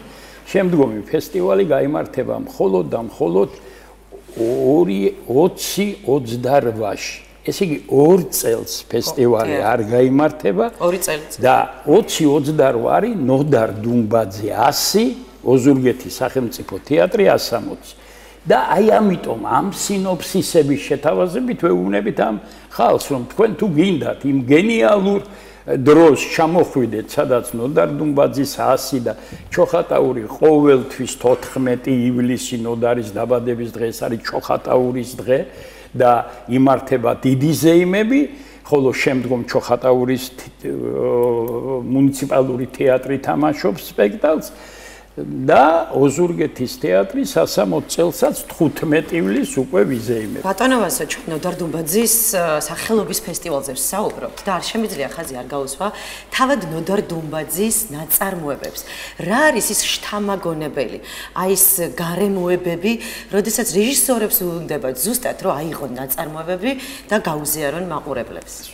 სხვათა შორის, რადგანაც ახსენეთ იყო ეჭვი რომ ნოდარ დუმბაძის ფესტივალი, როდესაც მე 2015 წელს ფოთში ნინელის ფესტივალზე, ანუ რეგიონულ ფესტივალზე ვთქვი რომ გაისათ 2016 წელს ოზურგეთში ვიწყებ ნოდარის ფესტივალს, ცოტა ნიჰილიზმი ახდა ამას. ეს ვთქვი ბოლო შეკრება, სადაც იჯდნენ თეატრწოდნეები, თეატრის ხელმძღვანელები. ოზურგეთის თეატრი თავზე გვენგრეოდა, ოზურგეთში სასტუმრო არ ქონდა და მე ვაცხადებ რომ გაისათ ივლისის თვეში ვაცხადებთ ამ ფესტივალს. სულ გაჩნდა ეგეთი რომ აი ხლა დუმბაძეს როგორ დუმბაძეს ყველა ვინ და ბევრი იყო კითხვითი ნიშანი. ფონდი ქართუს მეშვეობით ოზურგეთის თეატრიც გაბრწყინდა.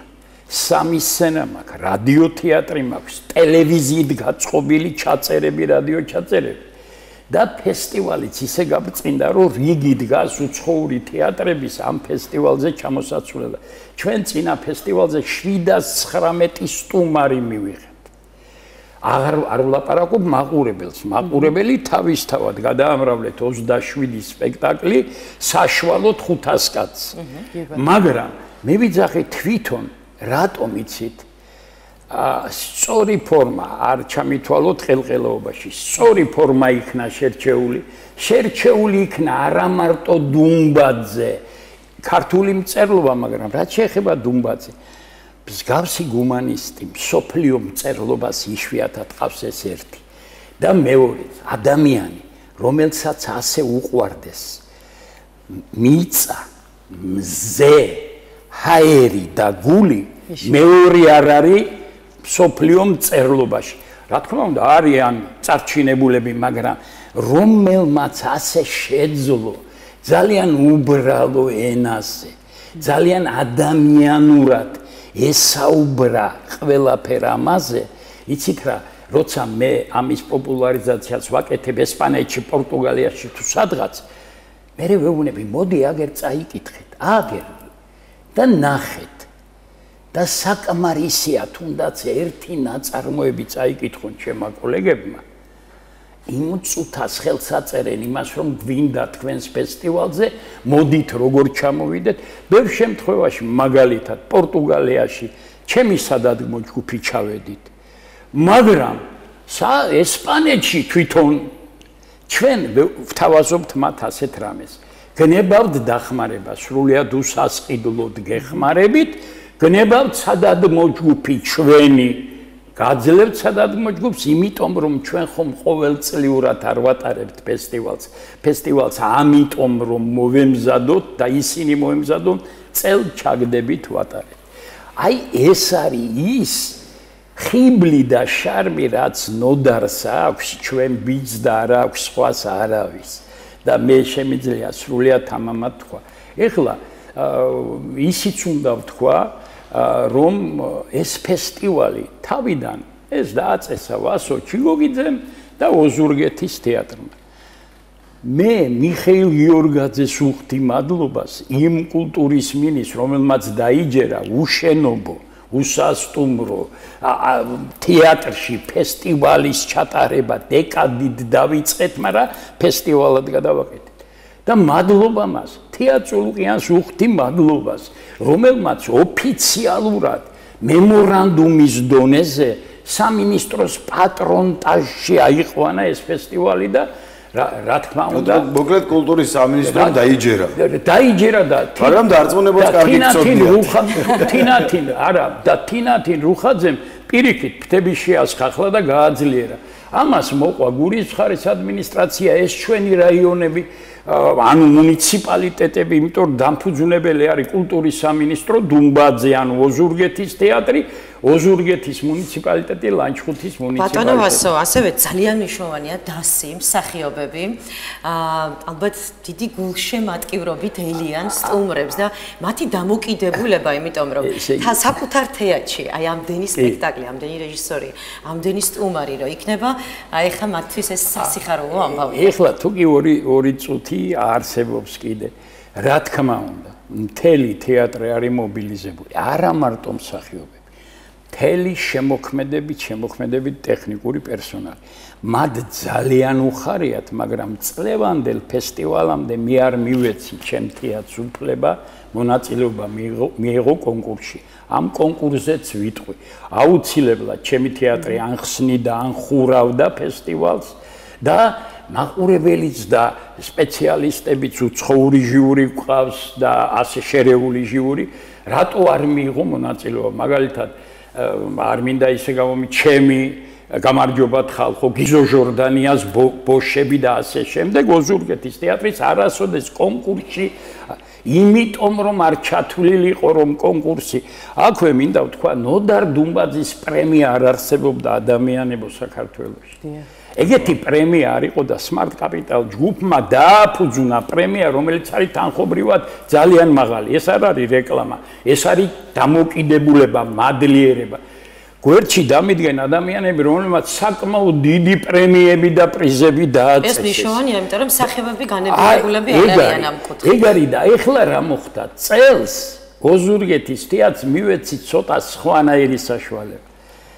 წავედი აზერბაიჯანში სხვათა შორის ნაციონალურ თეატრში სულ ახლახან მქონდა პრემიერა ბაქოში მანამდე განჯაში წავედი და კუკარაჩა რომელიც მაქვს გაკეთებული ოზურგეთში ზუსტად იდენტური კუკარაჩა გავაკეთე აზერბაიჯანში და ჩავიყვანე ჩემი მსახიობები და ორ ენაზე აზერბაიჯანულ ქართულ აზერბაიჯანულ ენაზე საოცრება მოხდა აზერბაიჯანში მე არ მინდა სახელობით მაგრამ ბატონი პატარაძის ნათქვამი მახსენდება რა ესაა დიპლომატია წარმოიდგინეთ პირდაპირ ეთერში სამთავრობო ტელევიზიას 5 მილიონი მნახველი ყავდა იქვე როცა ნაციონალურ თეატრიდან პირდაპირ ეთერში გადიოდა სპექტაკლი.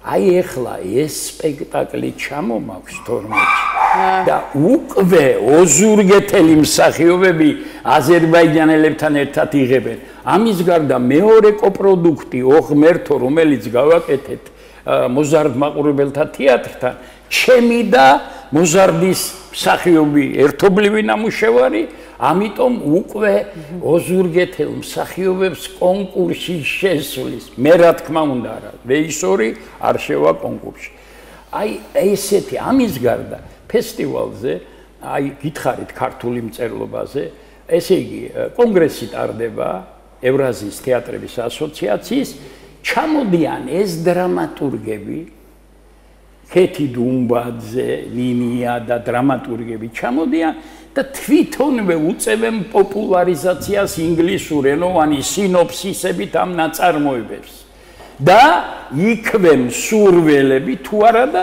ჩვენ ამას ვაკეთებთ პაკეტს და უგზავნით ყველა ქვეყანას დაწყებული ჯავახიშვილიდან, რა თქმა უნდა, დუმბაძიდან დაწყებული, დამთავრებული დაუშვათ იგივე გოდერძი ჩოხელამდე. ვაგზავნით ამას და ველოდებით გამოძახილებს. პირობა გითხარით, მხარდაჭერა სრული მათ დამი ჩვენი, რომ გაერკვნენ, გაიგონ და ასე შემდეგ. ამიტომ გითხარით, რომ უკვდავია დუმბაძის ფესტივალი. ამის გარდა ფესტივალს აქვს ერთი კიდევ კარგი. რამოდენიმე წიგნის პრეზენტაცია ხდება.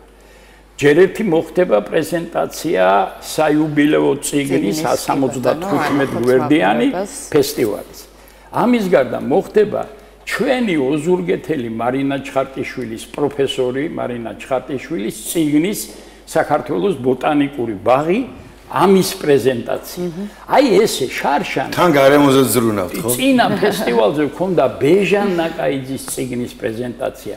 დონ კიხოდი ოზურგეთიდან ჩემზე დაწერილი შექმნილი წიგნის პრეზენტაცია და ესე იგი ჩვენ მრავალფეროვანია ჩვენი საფესტივალო აი გარემოცვაზე ცხოვრების ჟიური მყავს უცხოური უცხოური მათ შორის ორი ერთი რუმინელი მაღალი დონის პროფესიონალები რეჟისორებია ორთავე და დრამატურგები ერთი რუმინელი ერთი მყავს სტამბულიდან თურქი ძალიან მაღალი დონის პროფესიონალი და შემდგომ ქართველები გიაცკიტიშვილი არის ჟიურის თავმჯდომარე ნინია საბდღობელაშვილი არის ჟიურის წევრი და დავით ბუცხრიკიძე არის ჟიურის წევრები ხუთი სრულიად დამოუკიდებელი ჟიურის წევრებია მიკერძოებული არის მე პატიოსან სიტყვას ვიძლევი თავიდან ხვდები ჟიურის და მე რომ დაამთავრებენ მუშაობას მომიტანებენ შედეგებს საერთოდ არის რაღაცა უნდა აღნიშნოთ ანუ გურიაში არ ცხოვრები ადამიანებისთვის საქართველოს შეიძლება ძალიან მრავალფეროვანია ბევრი კულტურული და ისტორიული ასე ვთქვათ ამბებით მაგრამ ისიც უნდა გავითვალისწინოთ პატარა ქვეყანა ვარ და ამ ფესტივალზე მარტივად შეგიძლიათ მოხდეს სულ რაღაც საათნახევარში შეგიძლიათ მოხდეს ფესტივალზე დაესწრო სპექტაკლებს და ჩამოხვიდეთ უკანასკნელს თუ არ დარჩენთ და ასევე გურის თეატრალური ცხოვრებისეული გარემოსთვისაც ანუ მოსახლეობისთვის რაოდენ მნიშვნელოვანია ეს იმიტომ ძალიან დიდი მადლობელი ვარ ახლა ისეთი საკითხი წამოჭერი საათნახევარში გაგიკვირდებათ მარტო თბილისიდან კი არ მყავს მაყურებელი სრულიად რეგიონებიდან ჩამოდიან, იმიტომ რომ პირველად ჩამოდის წელს ისრაელი. დელეგაციები ჩამოდი, პირველად ჩამოდის წელს საბერძნეთი, რომელიც ფესტივალში როგორც თეატრი არიღებდა მონაწილე. ესპანეთი მეორედ ჩამოდის, იმდენად დიდია ინტერესი. აი გითხარით აზერბაიჯანთან კოპროდუქცია, ანუ ერთობლივი ნამუშევარი გავაკეთეთ. უზბეკეთი, ყაზახეთი, იცით აი ჩინეთს რომ რაღაცა ხელი არ შეშლოდა, პორტუგალია უნდა ჩამოსულიყო, მაგრამ იძულებული გავხდი, იმიტომ რომ ორჯერ იყო ფესტივალზე და მე თქვა რომ წელს ვეღარ ჩამოხვალ მეთქი და ასე შემდეგ, რაც მთავარია ჩამოდის და რაც მთავარია ოზურგეთელი მაყურებელია და გურიის მაყურებელი ძალიან გაზრდილი. ბატონებო, აი მე თუ კი არის მართლა წუთი არ შემიძლია არ თქვა ახთოვანებით. განათლების მინისტრები წინაც და იმის წინაც რო ჩამოდიოდა. ჩემს სპექტაკლზე, ჩემს გოჩაჭი მე არ ვიძახი ჩემ დადგმულს, ჩემი თეატრის სპექტაკლს.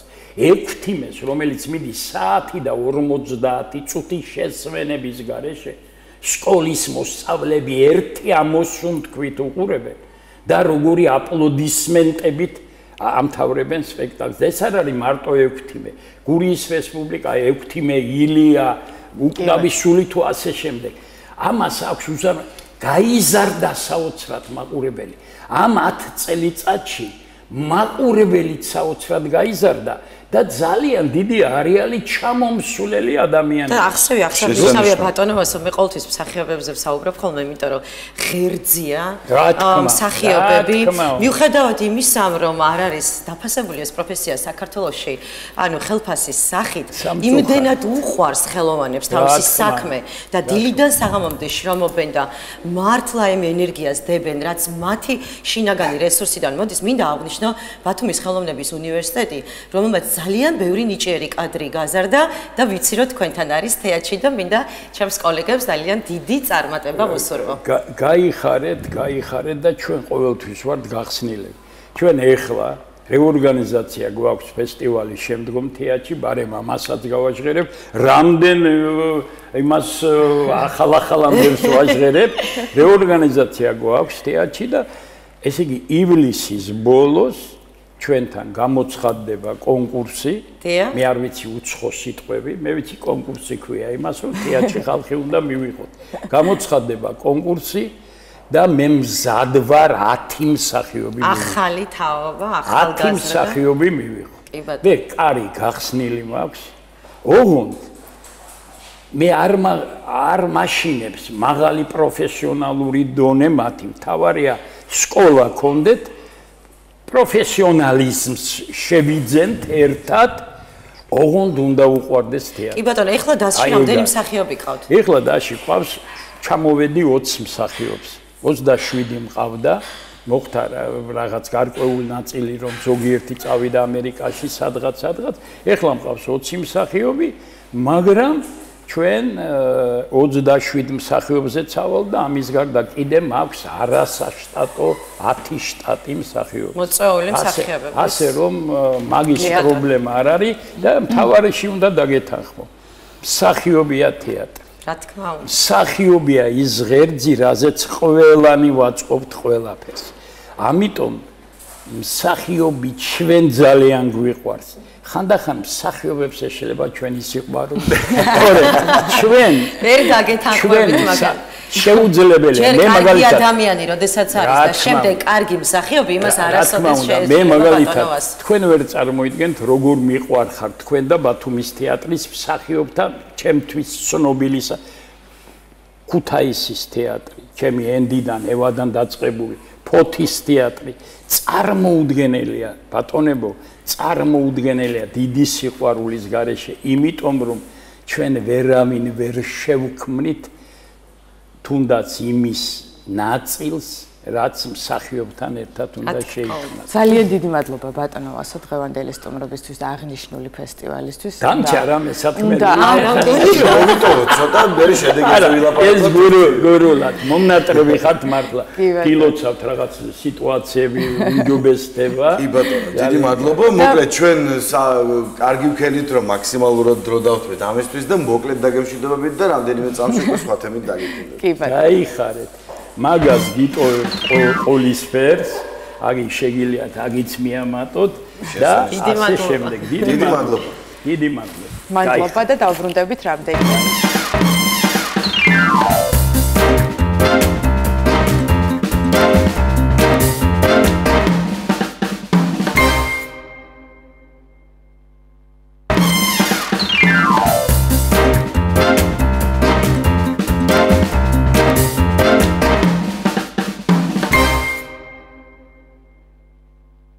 რადაში არის რაოდენობაშიც მატებაა და ვერვას კარგი დაწყნარდი?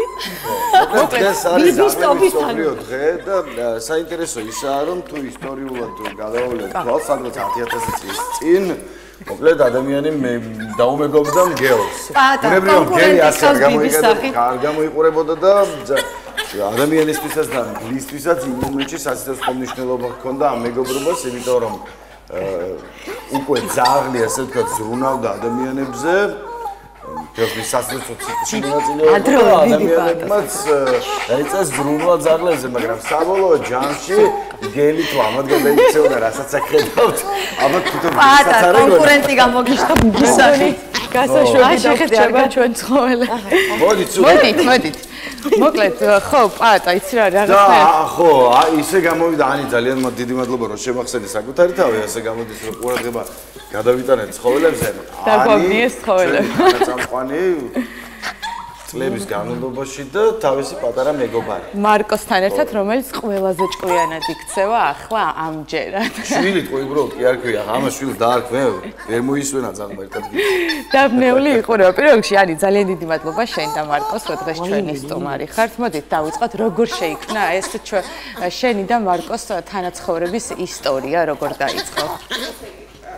ძაღლების საერთაშორისო დღე ფაქტობრივად ნიშნავს იმას, რომ უპირობო სიყვარულის და უანგარო მეგობრობის დღეა დღეს, ხომ? ეს უნდა აღნიშნოთ დღეს არაერთხელ. მოკლედ, მარკო ცხოვრობდა თავის ძმებთან ერთად ჩვენს კორპუსში პირველ სართულზე და ზაფხული იყო და გვესმოდა მუდამ რაღაცა წკმუტუნის ხმა. მოდი დავანახოთ მაყურებელს ჩემი შვილი. მუდმივად გვესმოდა წკმუტუნის ხმა და ვერ ხვდებოდით რა იყო, რა არსება წკმუტუნად და ერთ დღესაც ჩავედით და დავინახეთ მარკო. მარკოს აქვს ძალიან სპეციფიკური სახე, შიცუა და აი სხვა ჯიშებზე განსხვავებით ცხვირი ფაქტობრივად არა აქვს. აი ძალიან ბრტყელი ცხვირი აქვს და როგორც კი დავინახეთ შიცუს ლეკვი აღვთოვადის მსგავსი არაფერი გვენახა არასდროს და მეორე დღეს ის უკვე იყო ჩვენი ოჯახის წევრი. ეს სპონტანურად გადავწყვიტეთ და ეს არის უდიდესი სიყვარული. ყველაზე სწორი არჩევანი რაც მეოდეს მე გაგიკეთეთ. თქვენი ძაღლები რა გვარია? ჩვენ თქო გვარებს აძლევენ. ჩემი არის მონტი დრიუ. ნინიძეა, ეს ნინიძეა. არა, მაგას გულისხმობ, ხო, მაგრამ ჩემი კატა მაგალითად ჩემ გვარს დაერთა და კი, ტობისაც პასპორტში უწერია ტობიას ბაკური. ეხლა გახდა მივი ორაველიძე. მე მაგ ჩემმა შვილმა გადაარქვა სახელი. მე მაქვს ანისთან კითხვა, შენ აღნიშნე, რომ ანუ ერთობლივად მივიღეთ გადაწყვეტილება, რომ ოჯახის ახალი წევრი გამხდარიყო მარკო. ბუნებრივია, შეიძლება რომ თავიდანვე გრძნობდით იმ პასუხისმგებლობას, რა პასუხისმგებლობას თან მოყვება ცხოველს, ხო? მაგრამ აი ეს თანაცხოვრების პროცესი სულ სხვა არის. უკვე უფრო უკეთესად აღვიქვათ თუ რამხელა პასუხისმგებლობა ავიღეთ ჩვენს თავზე, იმიტომ რომ ის არა მხოლოდ ცხოვლის ოჯახის წევრი ხდება. აი ამ პასუხისმგებლობას გრძნობდით თუ არა თავდაპირველად და რა გამოწვევების წინაშე მოგიწია ზოგადად ჩემს ოჯახში ყოველთვის იყო ცუკა, ყოველთვის ყავდა ძაღლი. ოღონდ ყავდა გურიაში, ჩვენ სოფელში ყავდა ეს ძაღლები, დიდი ჯიშის ძაღლები იყო საკმაოდ, ბინაში არაკომფორტულად გრძნობდა თავს და ამიტომ მიყავდა სოფელში და ეხლა მინდა მოვიგონო ჩვენი ძაღლები, ბაფიკო მინდა მოვიგონო და ჩვენი რექსი, რომელიც ახლა ცხოვრობს გურიაში, ძალიან გვიყვარს თითოეული მათგანი. 4 წლის ვიყავი, როცა ესე შევიძინეთ პირველი ძაღლი და ვიცით რომ ცხოვრების მოკლე ვადა აქვთ მათ სამწუხაროდ და უდიდესი სიცარიელე დაგვიტოვეს იმ ძაღლებმა, რომლებიც ახლა ჩვენთან ერთად არ არიან. ეს პასუხისმგებლობა აბსოლუტურად გაცნობიერებული ვქონდა და მე მგონია რომ ამის შესახებ ცნობიერების ამაღლება დღეს მნიშვნელოვანია ამაზე საუბარი. უნდა ვუთხრა თითოეულ ადამიანს ვისაც სულ შეიძინოს სუგა, რომ ეს არ არის სათამაშო, ეს არის ცოცხალი ორგანიზმი, რომელიც საჭიროებს ზრუნვას, სიყვარულს, მოვლას და ამასთან გარკვეულ ფინანსებთანაც არის დაკავშირებული ძაღლის პატრონობა, ხო? ეს არის ცოცხალი ორგანიზმი, რომელიც შეიძლება ავად გახდეს და ჩვენ არაერთხელ გვისაუბრია ცხოველების დამცველ თეონა ყუშუბაძესთან ერთად, როგორ კოლოსალურ თანხებთან არის დაკავშირებული ვეტერინართან ვიზიტი, ზოგჯერ უფრო ძვირის კი ღირს, ვიდრე რაღაც ადამიანის ვიზიტი ექიმთან. ეს ისეთი თემა არის, რომელსაც ხშირად სჭირდება საუბარი და სასურველია, რომ ეს ფასები ცოტათი უფრო ადეკვატური გახდეს და თუ ხელმეწიფება მიუმართა ვეტერინარებს. ეს არის ფაქტი, რომელსაც ვერ გაიქცევა ვერც ერთი პატრონი, აქედან გამომდინარე, თუ მზაობა ფინანსური არა გაქვთ, ჯობს რომ არ შეიძინოთ ცუგა. ოღონდ გულწრფელად ვამბობ ამას. იმიტომ რომ ხშირ შემთხვევაში ცუგების უპატრონოდ მიტოვების მიზეზი ხდება სწორედ ეს, რომ შეიძენენ ძაღლს და რაღაც მომენტში აღმოაჩენო, უი თურმე გარკვეული ხარჯი ჭირდება. სხვათაშორის გეთახმები ბოლო 10-15 წლის განმავლობაში რაც ქუჩაში გაგდებული ჯიშიანი ძაღლები ვნახეთ, არ ვიცი ალბათ.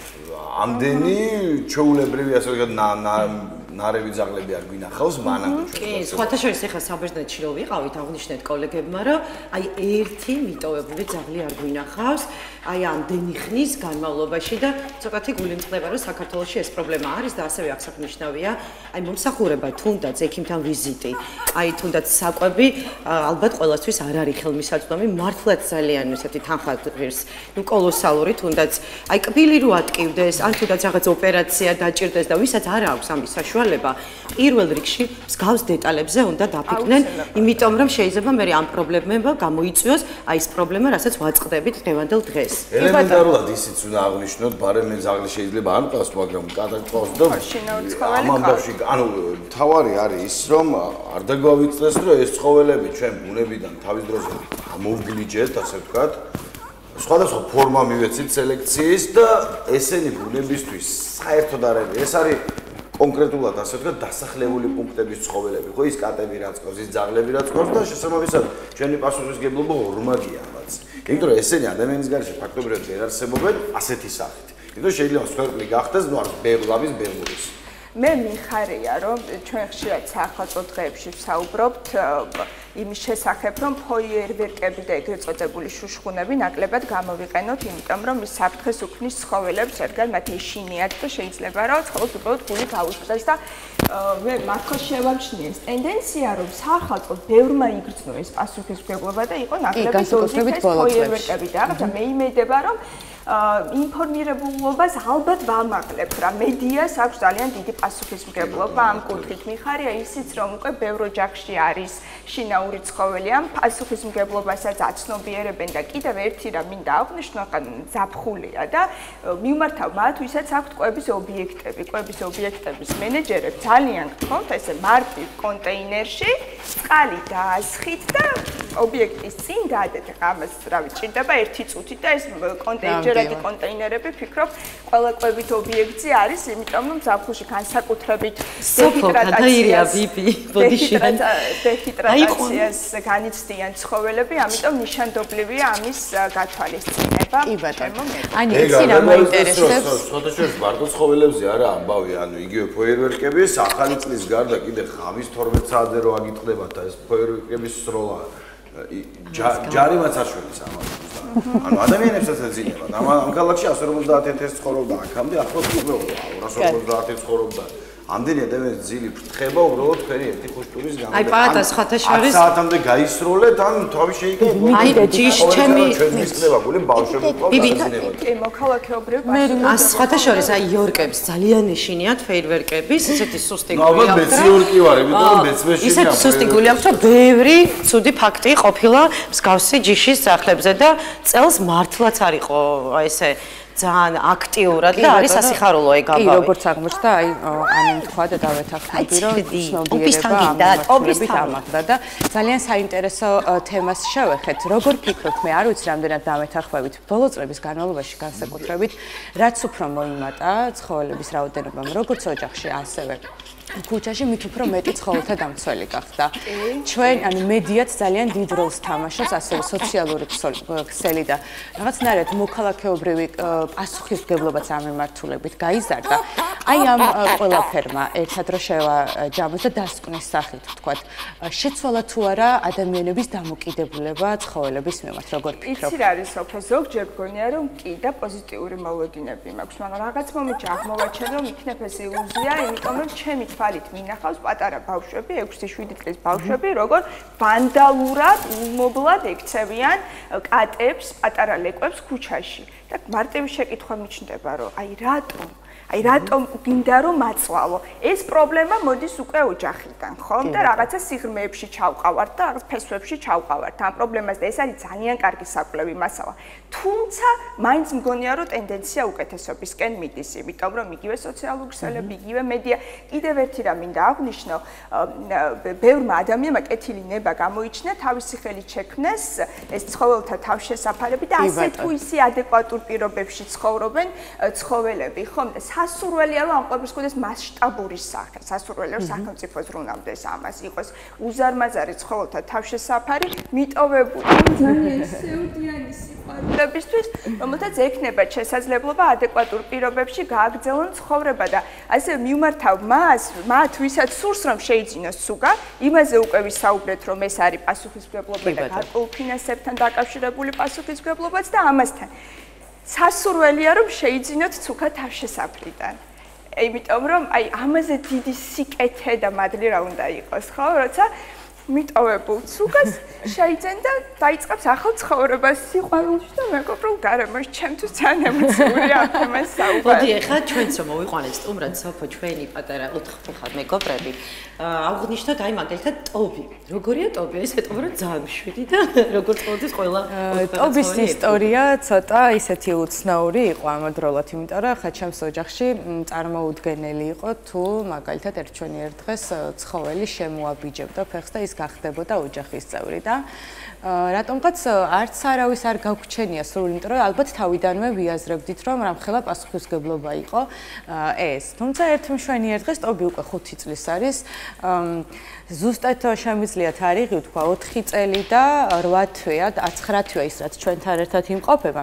სხვათა შორის ჩვენი არაჩვეულებრივი თანამშრომელი დამეხმარა და მისი დამსახურება მარია აჭარელს მინდა ძალიან დიდი მადლობა უთხრა აქედანაც იმისთვის რომ აი ჩემი ცხოვრება რაღაცნაირად ტობითი ნამდვილად შეცვალა და გაალამაზა და უფრო მეტი პასუხისმგებლობა ჩამინერგა ამის შემდეგ და ხო ჩვენ ვიმყოფებოდით საზაფხულოდ სოფელში მე და ჩემი შვილი სადაც ვნახე სოციალური ქსელის დახმარებით ვნახე რომ მარიას სტორით ედო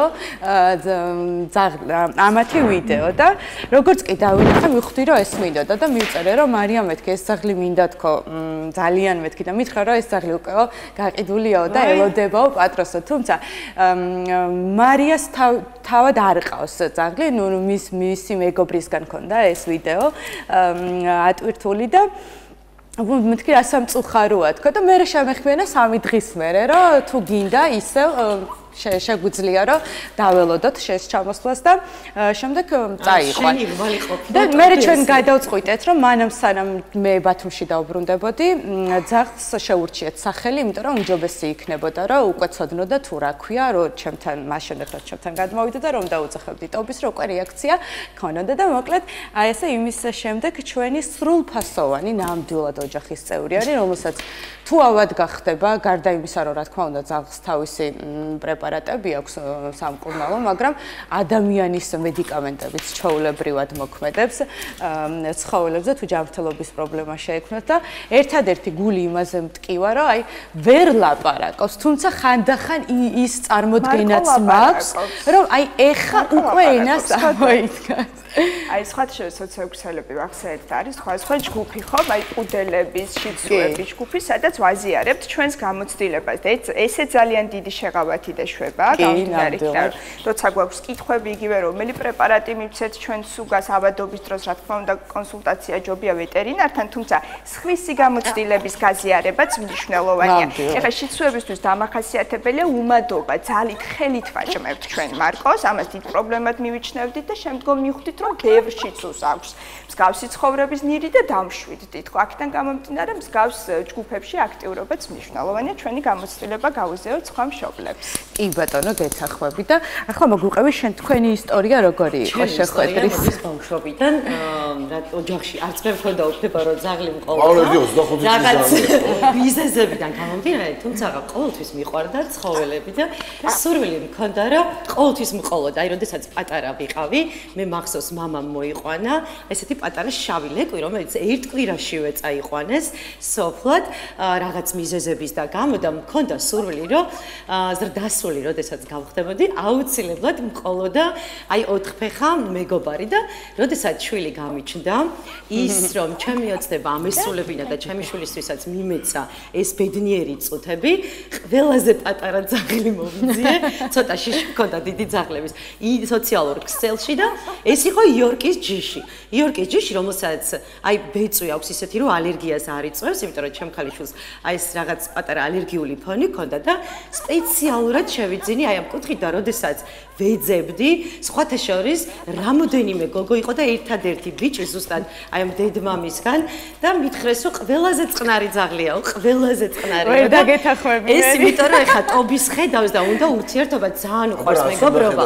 და როგორ? აბა რას უნდა ხედავდეს შვიდად რო იყოს? შვიდად რო იყოს, აი მაგალითად, როდესაც არ არის, ხო? 4 ფეხა მეგობარი, როდესაც არ იმყოფება, არის ძალიან წყნარად. მაგრამ იმდენად უყვარს, ესე იგი, თავისი ესე ვთქვათ, მეგობრები, აი ეწყებს აქტიურობას. ისე ხوارა საკმარისი 4-ზე გავიაროთ ადამიანებმაც მაშინაც გადაიყვანოს. ისი რა, ეგრე არ არის და მინდა აღნიშნო, ისეთი ერთგულები არიან, ისეთი ერთგულები, რომ აი რა ვიცი საოცრად გამოკვეთილია ეს გრძნობა ჩემი და ბიბის შემთხვევაში დარწმუნებული ვარ თქვენთანაც ეს ეხება. კი ბატონო და ასევე მაინტერესებს ხო ამბობენ რომ ძაღლი ოჯახში ერთ პატრონს ირჩევს. აი შენ შემთხვევაში ანი როგორ არის?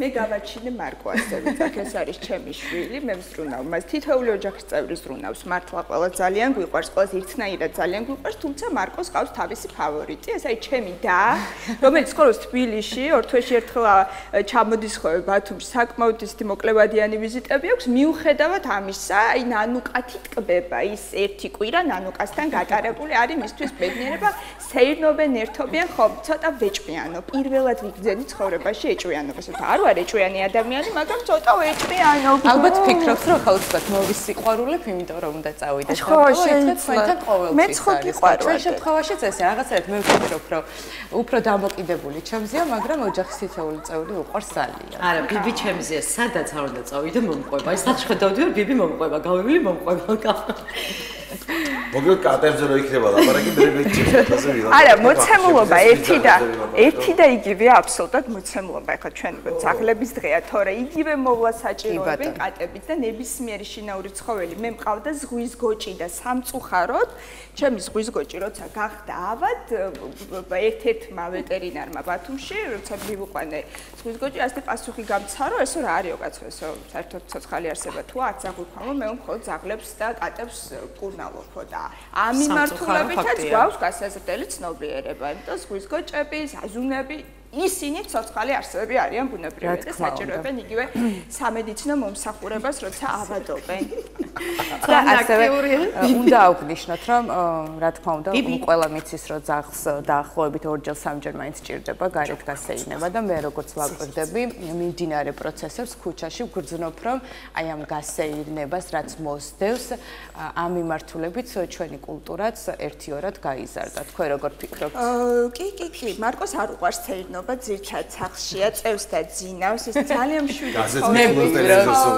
ხო ჩემსავით ახლა სახლი უყვარს სახლური ტიპაჟია მარკო თავისი ხასიათები აქვს სხვათა შორის ძალიან გავს ხასიათით მარკო მე და მე მგონი ცოტა ვიზუალურადაც ხო და იცოდები ემსგავსებიან ხოლმე პატრონებს მართლა არ ვიცი ეს როგორ ხდება დედა ჩემსაც გავს ეს ახლა დედიკოს გავს ხო პასპორტითაც მარკო ნინიზე ყოფილა და მარკო ნინიზე აქ არის ცნობილი ფაქტია და რომ გადავხედოთ ხოლმე ფოტოსურათებს ეხლა ხო ცნობილი ადამიანებსაც ან თუნდაც არაცნობადის ხშირად პატრონები გვანან აი მეც მგონია რომ მე და ბიბი რო შეიძლება ჩვენ რაღაცა თან აი გერგარჩევენ კომპლექტები რატო იცი რაღაც ესეთი პატარა კუსკუსელა ჩემსავით ყველაზე პატარა ძაღლი შემორჩია თან კაი ესე იგი თქვენ ვიზუალურად დაიმსგავსეთ თქვენი ოთხფეხა მეგობრები და მე და ტობი ჭამას მასში გავავთ ერთმანეთს საზამთრო უყვარს იგიჟემდე ნაყინი უყვარს იგიჟემდე გარგარი უყვარს შეიძლება სოფო რომ იცით რა არის ფიქრობ რომ არ შეიძლება ამიტომ არ მინდა რომ მაყურებელი შევიყვანო ხო რაღაცნაირად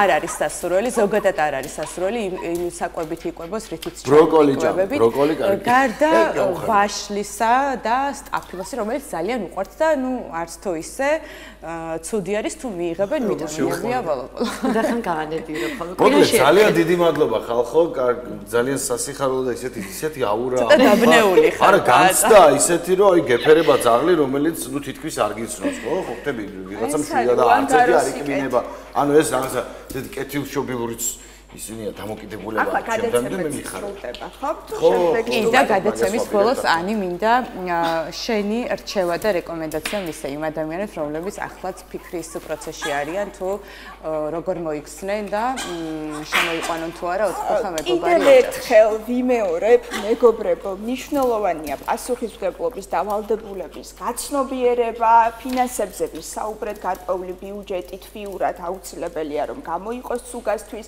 გააცნობიერეთ ეს მოცემულობა ისე გადადგით ეს მნიშვნელოვანი ნაბიჯი და თუ ამ ნაბიჯს გადადგამთ იგივე თავშესაფრიდან წამოიყვანთ სუგას არ აქვს მნიშვნელობა ჯის გელით უდიდესი სიხარული უპირობო სიყვარული და მნიშვნელოვანია გავაცნობიეროთ ის რომ სუგები ჩვენი ცხოვრების გარკვეულ ეპიზოდს ავსებენ ხო სამწუხაროდ დიდხანს ვერ ცხოვრობენ და პატრონი სუგას მთელ ცხოვრებას წარმოადგენს და რა უქნა ეს არის და სტატისტიკაც უნდა აღნიშნოთ ოჯახების სადაც ცხოველები მართლა გულწრფელად ყავთ და უყვართ და ანუ ესეთ ჯანსაღი ურთიერთობა აქვთ.